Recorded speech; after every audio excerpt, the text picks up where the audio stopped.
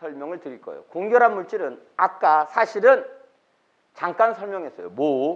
아까 문제 풀 때 O2는 전자 두 개를 공유한다라는 표현을 썼어요.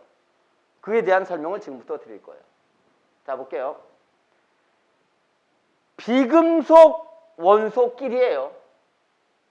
그러니까 아까 금속은 전자를 버려서 양이온이 돼요.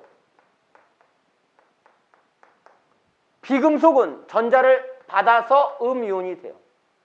양이온과 음이온이 얘는 플러스고 얘는 마이너스니까 인력이 작용해요. 무슨 인력? 정전기적 인력. 그래서 NaCl 금속과 비금속이 만나서 NaCl 만드는 게 이게 바로 뭐라고? 이온결합 물질이었어요. 근데 지금부터는 공유결합 물질 설명을 할 거예요. 뭔들? 예를 들어서 플루오린 하나를 예를 들어 볼게요. 플루오린. 제일 바깥 껍질에 전자가 몇 개 있나요? 7개. 17쪽 원소죠? 플루오린 이제 17쪽 원소, 할로젠 원소니까 제일 바깥 껍질에 전자가 7개 들었어요. 오케이? 하나, 둘, 셋, 넷, 다, 일곱. 선생님 이건 뭐예요? 루이스 전자점식이라 그래요. 제일 바깥 껍질에 들어있는 전자만 표기한 거예요. 원자가 전자만 표기한 거예요. 자, 플루오린이 하나 있어요. 하나, 둘, 셋, 넷, 다, 일곱이에요. 이쪽 플루오린도 7개, 저쪽 플루오린도 7개예요. 근데 몇 개가 되는 게 안정한가요? 오케이, 굿. 8개가 되는 게 안정해요. 그래서 8개가 되고 싶어요. 그럼 8개가 되는 방법은 하나를 받는 거예요. 그래서 이쪽 플루오린이 이쪽 플루오린한테 뭐라 그래요? 하나만 좀. 그래요. 그때 이쪽 플루오린이 이쪽 플루오린한테 뭐라 그래요?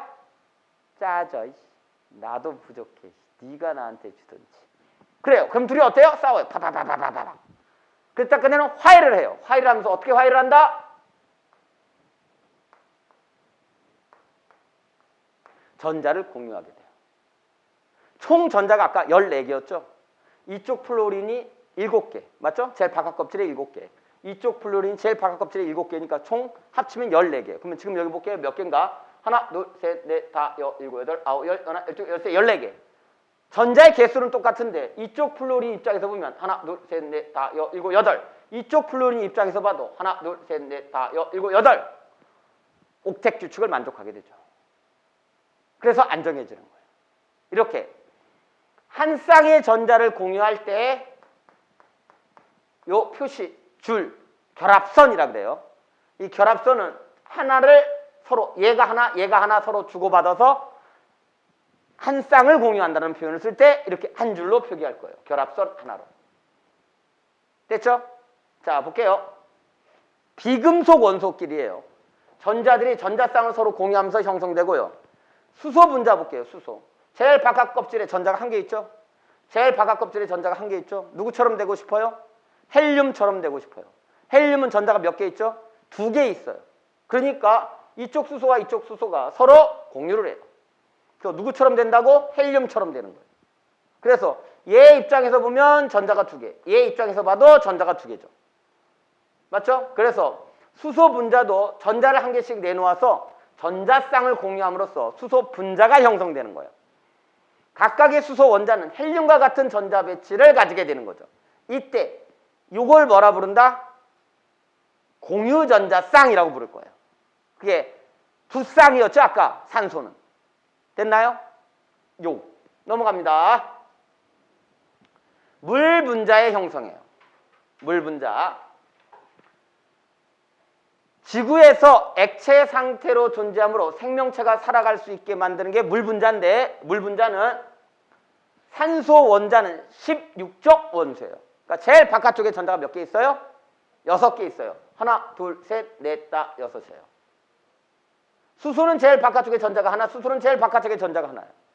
수소는 누구처럼 되고 싶어요? 헬륨처럼 되고 싶어요. 산소는 누구처럼 되고 싶어요? 네온처럼 되고 싶어요. 산소는 네온처럼 되려면 전자를 몇 개 더 받아야 돼요. 2개를 더 받아야 돼요. 수소는 헬륨처럼 되고 싶으면 몇 개를 더 받아야 돼요. 하나를 더 받으면 돼요. 그런데 서로 줄 수도 받을 수도 없어요. 그럴 땐 어떻게 한다? 공유한다. 금속과 비금속은 금속은 주고 비금속은 받잖아요. 근데 얘네들은 둘 다 받아야 되는 애들이에요. 그러니까 어때요? 공유해요.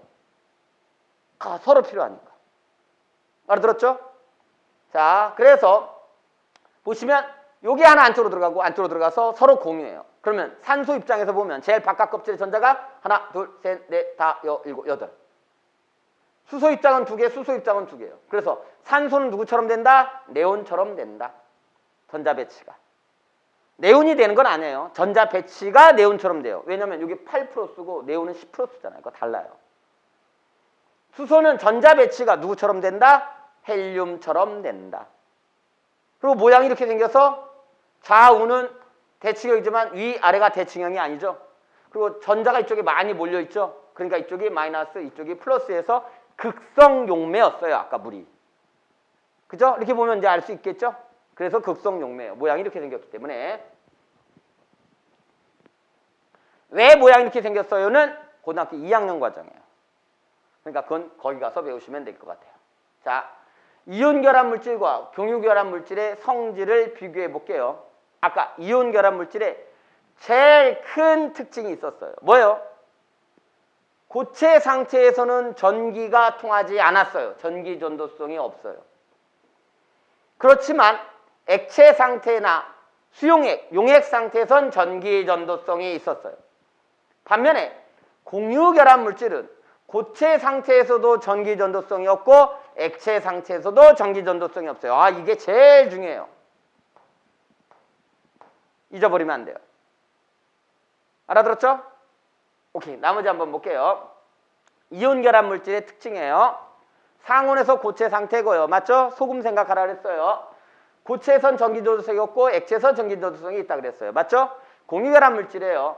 상온에서 대부분 기체 상태예요. 기체 상태란 말은 녹는 점, 끓는 점이 대체적으로 낮다는 얘기예요.